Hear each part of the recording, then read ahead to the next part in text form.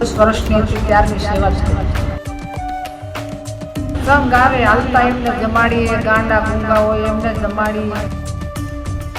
રહેવાનું નહોતું, બેસવાનું નહોતું. લોઢા કુટુંબ સેવા કરી.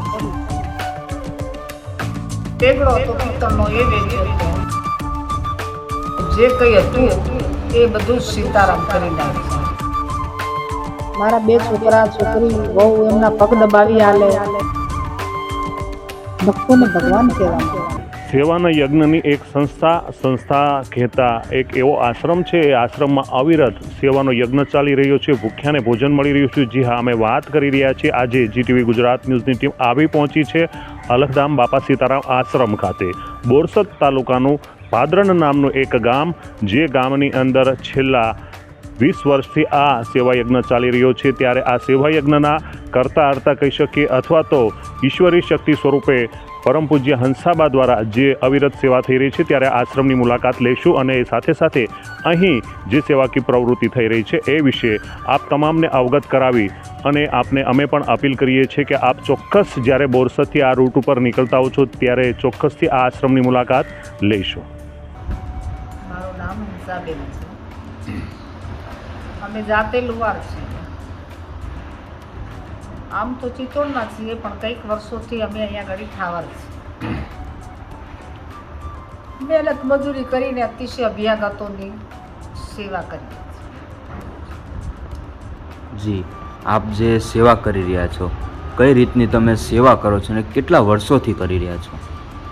આમ તો સેવા કરતાં 25-26 વર્ષ થયા, પણ આમ તો બચપણમાં 10 વર્ષની હતી ત્યારની સેવા જ કરું છું. જી, આજે તમે જ્યારે 50 થી 60 વર્ષના થઈ ગયા છો, આટલા વર્ષોથી તમે જે સેવા કરી રહ્યા છો, તો તમને કેવું લાગી રહ્યું છે? સારું લાગે, આનંદ આવે. જી, અને તમે કઈ રીતની તમે સેવા કરો છો? અમે આખો દાડી મહેનત કરીએ છીએ, લોઢા ટીપીએ છીએ, ઘણ મારીએ છીએ ને એનામાંથી જે કંઈ પૈસા આવે એ સેવા કરીએ છીએ. જી, તમારા દ્વારા જે સેવા કરવામાં આવે છે, કઈ રીતની સેવા કરવામાં આવે? જેમ કે લોકો આવે છે, ક્યાંક ને ક્યાંક મેં પણ સાંભળ્યું છે કે ઘણા લોકોને તમે ખવડાવો છો, તો એ કઈ રીતની આખી તમારી સેવા છે? એ સંઘ આવે હાલતા એમને જમાડીએ, ગાંડા ગુંગા હોય એમને જમાડીએ. બરાબર. અતિશય કોઈ બી હોય, સુવાવડતી બાયું હોય, જનાવરથી માંડીને આખો દાડી 24 કલાકની મારી સેવા છે, રાતે 12 વાગ્યા સુધી. જી, તમે વર્ષોથી સેવા કરતા આવ્યા છો, તો જ્યારે સ્ટાર્ટઅપ કર્યું ત્યારે તમને કઈ રીતની તકલીફો પડી હતી? ઘણી પડી બાપુ. રહેવાનું નહોતું, બેસવાનું નહોતું. બરાબર. અને બાપા મઢુલી કરી નાની ઝૂંપડી બનાવી.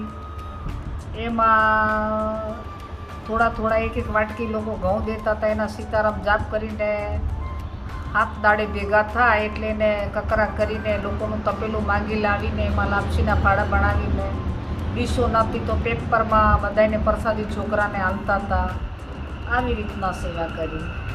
જી, અમુક ટાઈમે એવો કોઈ પરિસ્થિતિ આવી હોય કે ભાઈ તમારે ત્યાં ભક્તો તો આવ્યા છે, પણ ક્યાંક ને ક્યાંક એમને જમાડવા માટે સામગ્રી નથી, તો એ દરમિયાન આપના દ્વારા શું કરવામાં આવ્યું?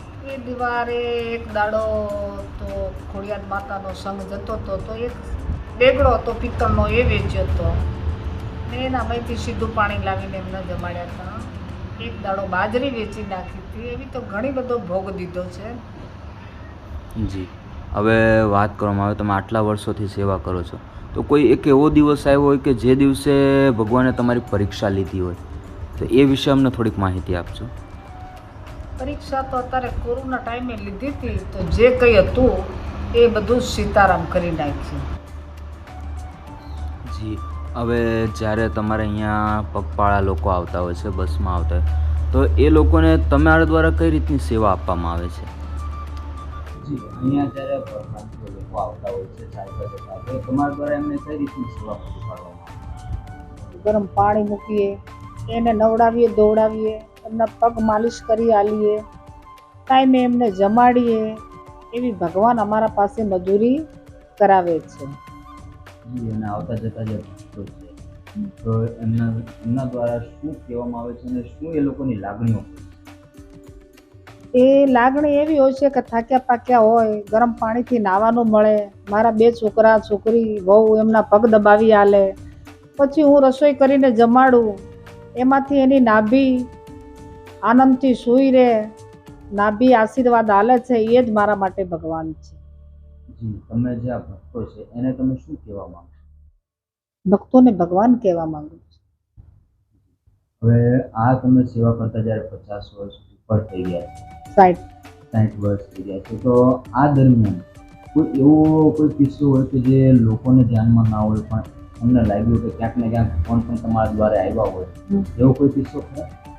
અને એવો પરિચય છે કે આખો દાડી સેવા કરું અને કોકને ખવડાવીને ખાઉં, પણ બપોર કે સાંજે કોઈ ને કોઈ રૂપમાં 5 જણા 4 જણા આવી જ જાય છે મારી જે ભાવના પ્રમાણે.